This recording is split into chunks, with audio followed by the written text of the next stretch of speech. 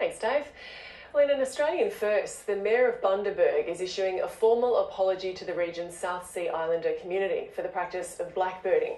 That refers to the indentured labour system between the 1860s and early 1900s, when about 62,000 people from the South Sea Islands were trafficked to Queensland to work on the state's cane fields.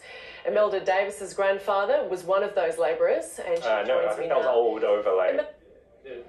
The story of your grandfather. How did he find himself in Queensland and what happened to him? Hi Gemma, good afternoon everyone. I'm a descendant of Australia's blackbird trade. I'm second generation, and my grandfather was taken at the age of 12 from the island of Tanauta, which is formerly known as Tanna Island in Vanuatu. Also, my great-grandmother was taken from Umbai, and my great-grandfather is from a mission in Harvey Bay, and he's Terry Santo.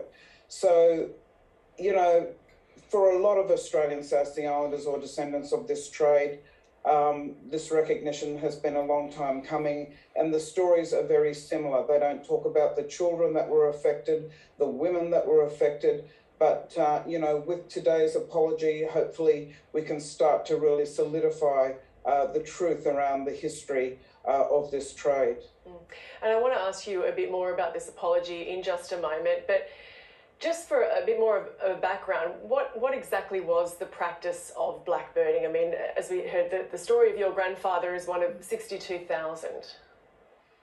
Yes, that's right. It's an extension of the Atlantic slave trade. So, you know, this is all a part of the global memory of slavery.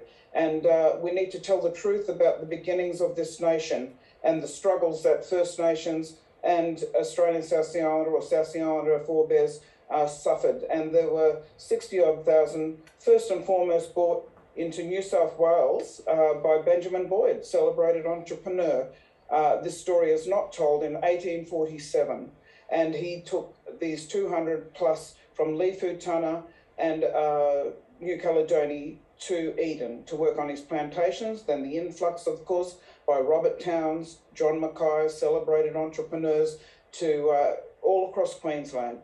And still people aren't aware of this history, even though we've been advocating and working for the last 170 odd years to be included respectfully as a part of the curriculum, mandatory as a part of the curriculum, as well as being included in meaningful programs and services for a national action plan that supports us, you know, in building capacity for our communities and giving us the right to live, you know.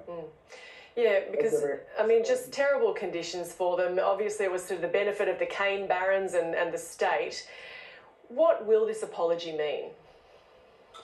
I'd like to just, you know, applaud Mr. Jack Dempsey. He was a part of our first One Talk national strategy in looking at setting up a national voice. He came out and spoke at that particular forum in 2012, and it was formidable, and his commitment and follow through to see him stand here 10 years later in you know, respecting Vanuatu, Vanuatu High Commissioner, Auntie Jane and Jeffrey Smith, two formidable leaders working in the Bundaberg community with our seasonal workers. This is going to set the bar for greater technical training and education. Hopefully it'll have a domino effect across the nation with all states in Queensland, especially councils and New South Wales regions. Our seasonal workers are still coming here under similar circumstances, you know, as seasonal workers. We've got to remember the blackbird trade, we were the first seasonal workers.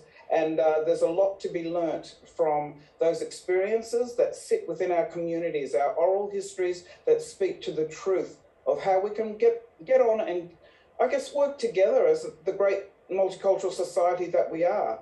You know, this is the work of decades of South Sea Islander families and organisations that have been advocating for the right to be heard. And hopefully this apology will give us that opportunity and work alongside our First Nations families, of course, because we've got to reconnect with those families and working with Vanuatu especially at the forefront.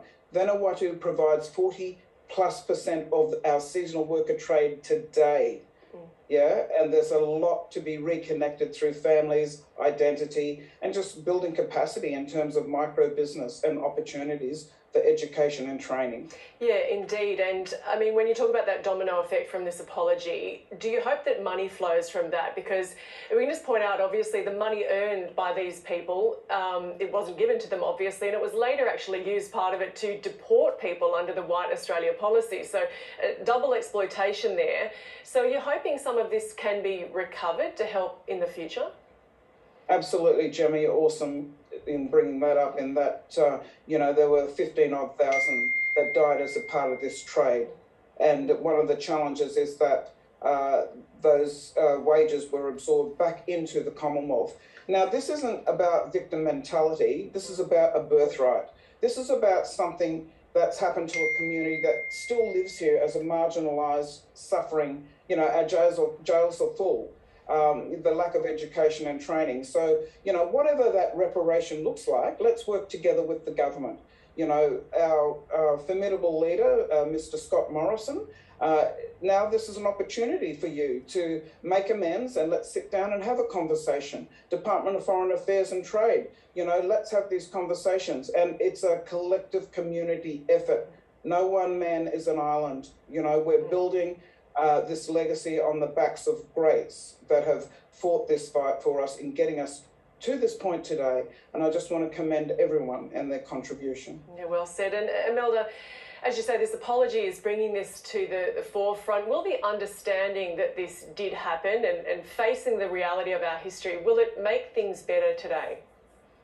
It will make things better, because everyone wants a sense of belonging. Australian South Sea Islanders are considered the forgotten people.